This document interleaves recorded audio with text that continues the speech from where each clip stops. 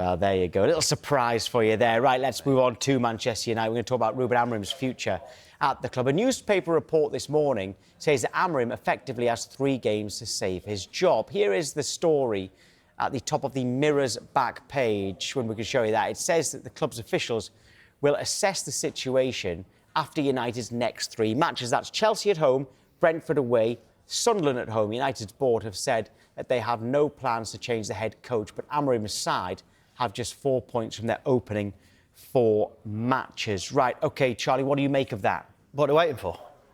What are they waiting for? If they're in that thought process now, we're going to give them 3 games and they'll go to Chelsea next. But I'm like, what are you waiting for? If you want to make that decision, just make it now. Cut your losses and move on.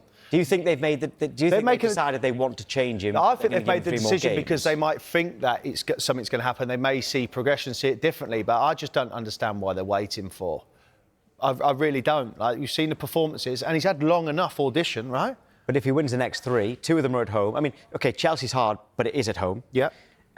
Brentford away, obviously tough Premier League game. Yes, but they'll fancy it. And Sunderland at home, they will fancy it. Sadly. Yeah, but they fancied it again. Yeah, they're tough games, Premier League games, tough against Burnley. But if he gets 9... They fancied it against Burnley and just scraped over the line and won 3-2. And the argument to it is, yeah, but we won the game of football. That's the scenario. Manchester United are not in that position anymore of where they're, like, rolling over teams. That's the issue.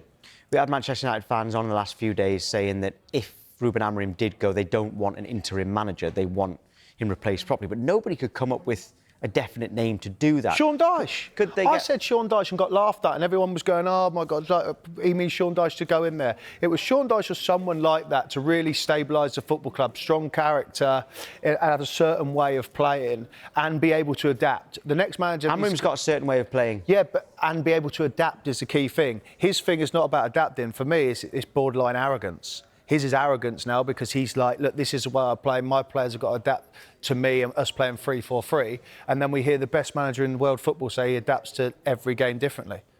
He's going to adapt 3 times in Guardiola. A week. In Guardiola, didn't he? Let's be honest, he said Manchester United, Napoli and Arsenal, I'm going to have to adapt all 3 times. And then you've got Ruben Amorim not doing the business at Manchester United, playing 3-4-3. So let's say that story is true and things don't go well in the next 3 games and Manchester United do look for a new manager. That message there says Andoni Iraola, and loads of Manchester United fans have been saying his name.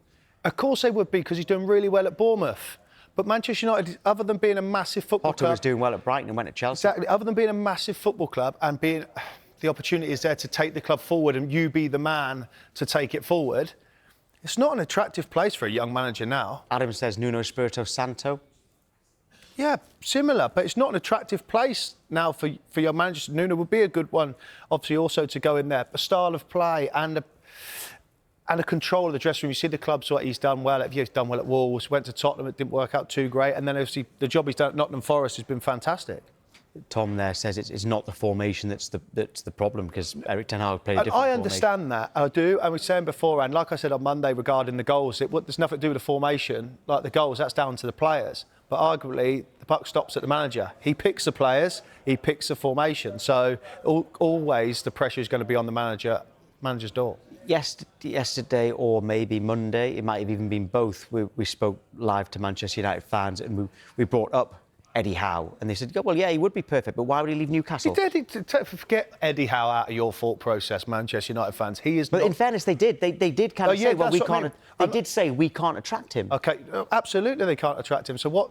Because he's at Newcastle, and the project that's going on there is a far bigger one. Because they're fighting to get in the Champions League, they're fighting for later competitions. Manchester United's project at the moment is to try and get into Europe, get into the top half of the table. Because at the moment, they have been poor for a long, long time. It does seem still, for 3 days we've talked about this, and nobody can come up with a definitive name who is perfect for Manchester United. Is that why he will get more time? I think so. At some point, I think so. Person will come up. But who is the perfect person? That's also along the line. Who is the perfect person? I don't think there is a perfect person to go in at Manchester United at the moment. There really isn't. I just think it comes down for me is the arrogance of Manchester United, of expectation. We expect to be at the top and we expect to be doing this. Well, actually, do you know what? You don't, because at the moment, you're nowhere near top half, nowhere near European football.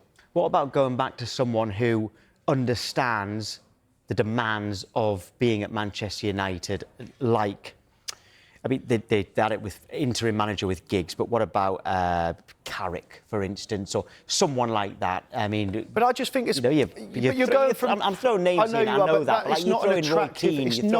It's not an attractive job to go to Manchester United. It's not one that real wants you to go in there and you'd be like, oh, I'm Manchester United, I'm going to make this work. Because if you don't, you know the pressure's on from the get-go.